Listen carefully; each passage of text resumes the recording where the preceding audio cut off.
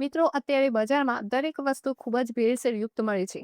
તો આજે આપણે બજાર કરતાં શુદ્ધ અને સસ્તું ખૂબ જ એવું ટેસ્ટી શ્રીખંડ આપણે ખૂબ ઓછા ખર્ચમાં ઘરે બનાવીને તૈયાર કરીશું. ઠંડુ ઠંડુ એવું શ્રીખંડ જેને બનાવવું ખૂબ જ સરળ છે. તો આજે આપણે ઘરની વસ્તુમાંથી જ એકદમ સરળ રીતે બહાર કરતાં વધુ ટેસ્ટી શ્રીખંડ તૈયાર કરીશું. તો આ શ્રીખંડ બજાર જેવું જ બને તેના માટે અહીંયા એવી ટિપ્સ આપી છે જેથી તમારું શ્રીખંડ પહેલી જ વારમાં પરફેક્ટ બનીને તૈયાર થશે.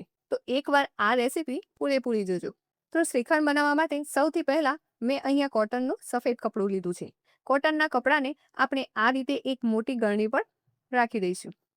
અને હવે અહીંયા મેં એકદમ ફ્રેશ અને મોડું હોય એવું 1 કિલો જેટલું દહીં લીધું છે.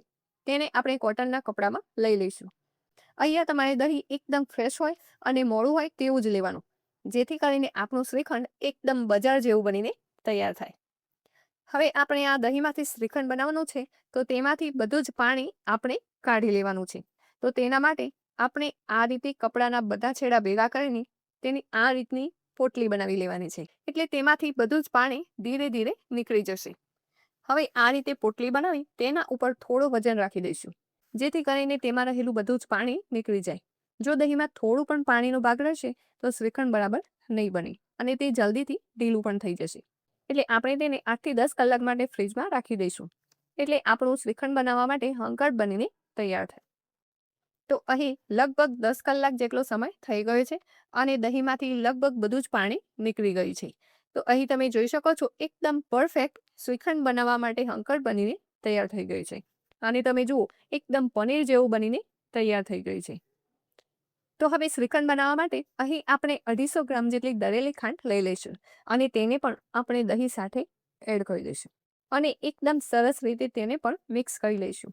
મિત્રો, જો તમે વધુ પડતું શ્રીખંડ મીઠું પસંદ કરતા હોય તો તેમાં તમે 300 ગ્રામ જેટલી દળેલી ખાંડ એડ કરી શકો છો. અહીં આપણે આજે 2 અલગ ફ્લેવરમાં શ્રીખંડ બનાવીને રેડી કરીશું. તો હવે સૌપ્રથમ આપણે મસ્કા જોડે ખાંડને સારી રીતે મિક્સ કરી લઈશું. તો મિત્રો જુઓ, જેમ જેમ આપણે ખાંડ મિક્સ કરતા જઈશું તેમ તેમાંથી પાણી પણ થોડું એવું છૂટું પડશે અને આપણું જે શ્રીખંડ છે તે થોડું એવું ઢીલું થશે અને સારી રીતે તેને મિક્સ કરી લઈશું. એટલે એકદમ બજાર જેવું ક્રીમી સ્ટ્રક્ચર વાળું બનીને તૈયાર થશે. તો તમે જુઓ, આ રીતે આપણે ચમચી વડે સરસ એવું તેને મિક્સ કરી લઈશું. તો અહીં તમે જુઓ, આપણે શ્રીખંડ બનાવવા માટેનો બેઝ બનીને તૈયાર થઈ ગયો છે. હવે આપણે આમાંથી 2 અલગ ફ્લેવરના શ્રીખંડ બનાવી લઈશું. તો તેના માટે હવે સૌપ્રથમ ઇલાયચી ફ્લેવર શ્રીખંડ બનાવવા માટે આપણે આમાંથી થોડું એવું શ્રીખંડ એક અલગ બાઉલમાં કાઢી લઈશું અને હવે આપણે તેમાં થોડો એવો ઇલાયચી પાવડર એડ કરી લઈશું અને સાથે તેમાં ચોપ કરેલા કાજુના ટુકડા અને ચોપ કરેલી બદામ પણ એડ કરી દઈશું અને બધી જ વસ્તુને સરસ એવું મિક્સ કરી લઈશું. તો તમે જુઓ, એકદમ સરસ એવો બજાર જેવો ઇલાયચી ફ્લેવરનો શ્રીખંડ બનીને રેડી છે. અને હવે આપણે જે વધેલું શ્રીખંડ છે તેમાંથી કેસર પિસ્તા ફ્લેવરમાં શ્રીખંડ બનાવી રેડી કરીશું. તો અહીંયા મેં થોડા કેસરને ગરમ દૂધમાં એડ કરી રાખ્યું હતું, તો તેને શ્રીખંડમાં એડ કરી દઈશું. સાથે તેમાં પિસ્તાની કતરણ પણ એડ કરી દઈશું અને બધી જ વસ્તુને સરસ એવું મિક્સ કરી લઈશું.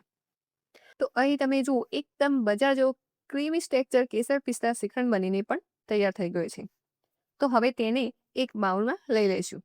તો અહીં તમે જુઓ, બજાર કરતાં પણ ટેસ્ટી, સસ્તો અને કોઈ પણ જાતની મિલાવટ વગર ટેસ્ટી શ્રીખંડ બનીને તૈયાર છે. તો હવે આ બંને ફ્લેવરના શ્રીખંડને થોડી વાર માટે ફ્રીજમાં રાખી દઈશું અને તમે થોડી વાર પછી તેને સર્વ કરી શકો છો. તો આપણો ઠંડો ઠંડો એવો શ્રીખંડ બનીને તૈયાર છે. તો મિત્રો, તમે પણ આ રીતે એકવાર જરૂર ટ્રાય કરજો અને કોમેન્ટમાં કહેજો કે રેસીપી કેવી લાગી.